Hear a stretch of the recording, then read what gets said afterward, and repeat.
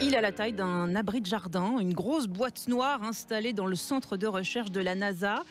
Il appartient à la NASA, mais aussi à Google, qui viennent de s'offrir l'ordinateur le plus puissant de la planète. Jérôme Colombin, bonjour. Bonjour Lucie. Vous êtes incollable sur le sujet, spécialiste nouvelles technologies de France Info. C'est une machine quantique qu'on dit ultra rapide, 100 millions de fois plus rapide qu'un ordinateur traditionnel. C'est quoi une machine quantique ? C'est un ordinateur complètement différent de ce que l'on connaît aujourd'hui. C'est-à-dire que l'informatique d'aujourd'hui, vous le savez, depuis les années 70, elle est basée sur la miniaturisation des composants. On appelle ça la loi de Moore. La puissance augmente, elle double tous les 18 mois, alors que la taille des composants, elle, diminue.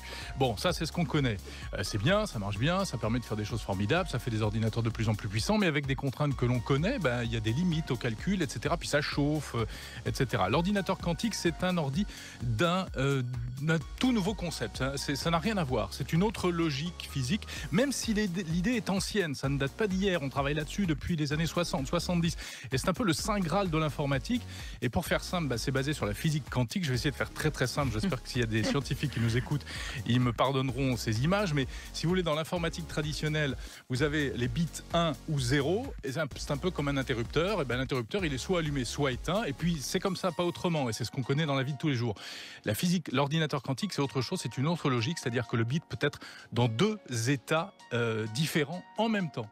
Donc c'est un peu difficile à se représenter, mais grosso modo, c'est ce qu'on appelle du qubit, et on imagine que forcément ça peut faire plus de choses, et plus de choses de manière parallèle. Ça permet de faire des calculs parallèles de manière très massive. Donc il calcule à vitesse grand V. Exactement, il est beaucoup plus rapide, beaucoup plus puissant. On parle pour cet ordinateur de la NASA et de Google de 100 millions de fois plus rapide qu'un ordinateur traditionnel. En gros, il fait en une seconde ce qu'un ordi classique ferait en 10 000 ans. Mais il y a des contraintes malgré tout. Il faut qu'il soit isolé, protégé des interférences. Il faut que le cœur de l'ordinateur soit dans un environnement extrêmement froid, proche du zéro absolu. On utilise pour cela un système de refroidissement à l'hélium liquide. Donc il y a de fortes contraintes techniques. Et c'est pour ça que je disais, ça ressemble à un gros abri de jardin. Oui, alors gros abri de jardin, c'est vrai. On pourrait dire une grosse cabine d'ascenseur. En fait, ce qui est amusant, c'est de voir que ça nous paraît énorme aujourd'hui, mais ça a la taille des ordinateurs des années 60. On se rappelle l'ENIAC, même dans les années 40 ou 50. C'était un peu ça.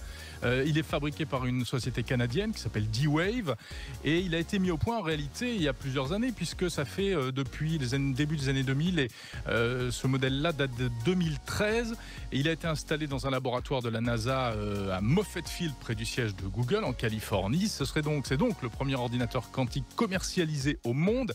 Et en fait, on est en train de commencer à le tester pour de bon. Donc, il n'est pas totalement opérationnel, c'est ce que vous dites, Jérôme. Pour l'instant, c'est un peu comme du vélo d'appartement, si vous voulez. Ouais. On pédale sans sortir dehors pour voir ce qu'on est capable de faire. Et la première question, c'est de savoir si c'est vraiment un ordinateur quantique. Parce qu'il y a des doutes par rapport à ça. Et la communauté scientifique, depuis plusieurs années, est assez méfiante par rapport aux affirmations, déclarations publiques, commerciales même, à la fois de D-Wave, mais aussi de Google, qui évidemment veulent faire mousser la chose.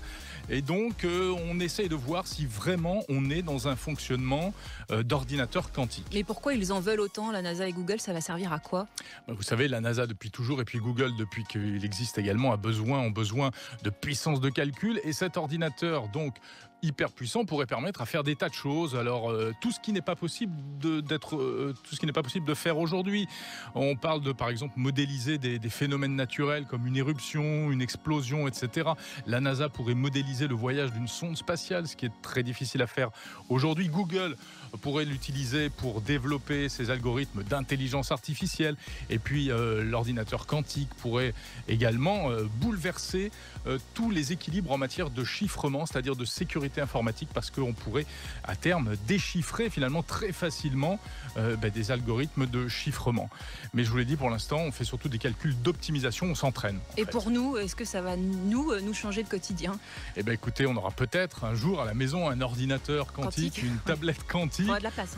pourquoi pas, ce ne sera sans doute pas avant la moitié du 21e siècle, parce que pour l'instant, on est vraiment complètement dans l'inconnu. C'est un nouveau continent qui est en train d'être découvert et qu'on essaye de conquérir. Ce n'est pas maîtrisé. Pour l'instant, les calculs sont très limités, mais de nombreuses firmes travaillent sur ce sujet-là, sont intéressées évidemment, la NASA, Google, mais aussi Microsoft, IBM, Intel. Donc attendons encore quelques dizaines d'années avant d'avoir un ordinateur quantique à la maison. Merci beaucoup, Jérôme Colombin.